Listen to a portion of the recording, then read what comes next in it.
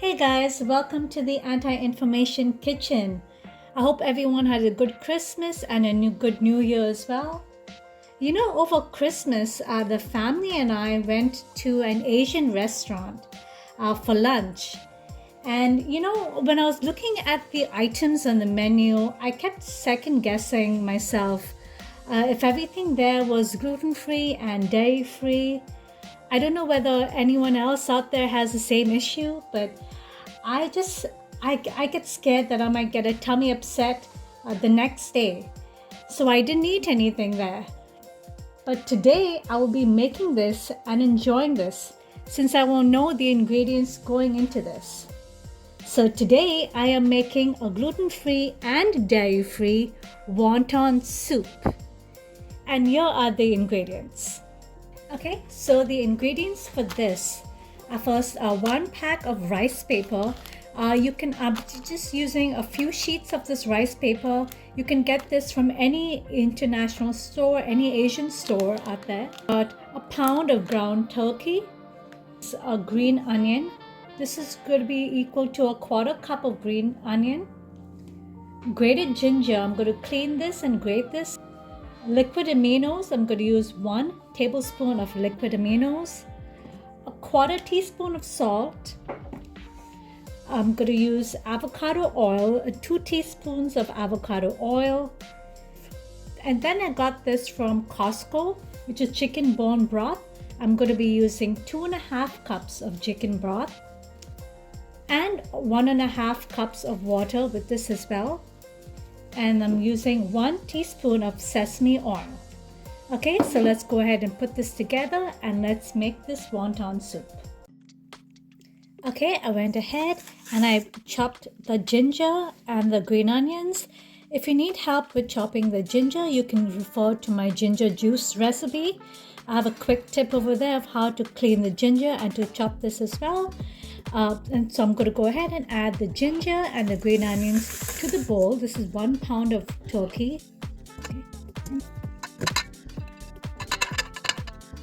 Then I'm going to use about a 1/4 teaspoon of salt. Okay, 1/4 teaspoon of salt. 1 tablespoon of liquid aminos.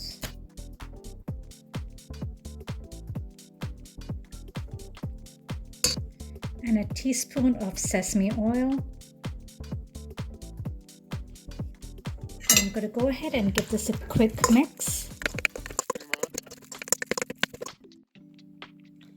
Okay, then I'm going to go ahead and break this into this size pieces, 1/2 tablespoon, and roll them up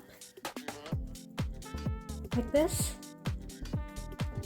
And I'll keep it on this plate over here, and I'm going to keep this in the fridge.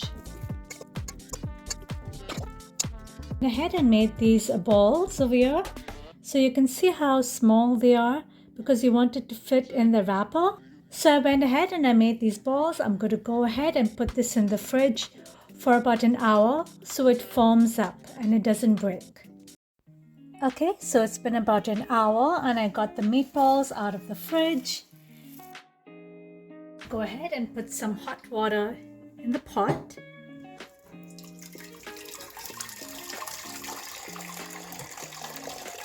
Just about enough for it to boil. And this is hot. Let me go ahead and drop the meatballs in.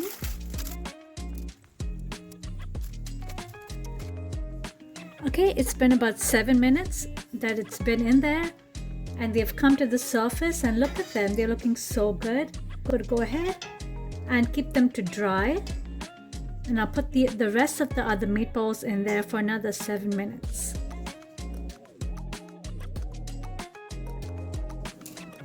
Okay, while the meatballs are getting dry, I'm going to go ahead and prepare the rice wrapper. So I'm just going to cut this into half.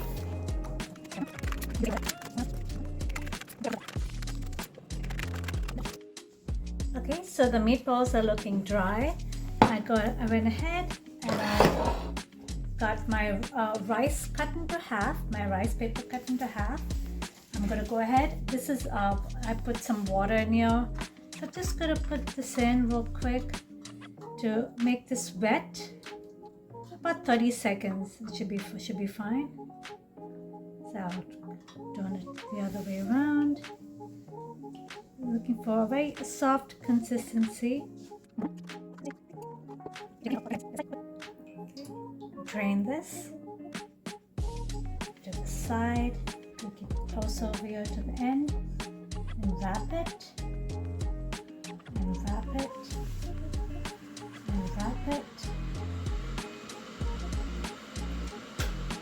And wrap it. And wrap it.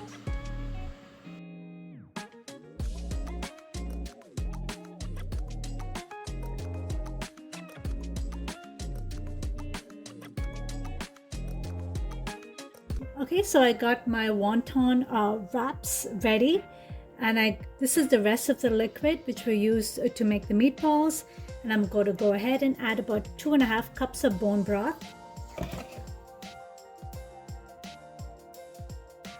Okay, so I tasted the broth.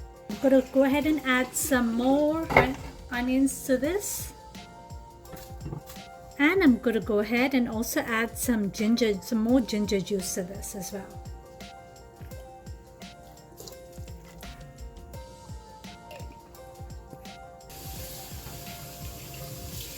Smelling good, it's smelling so good.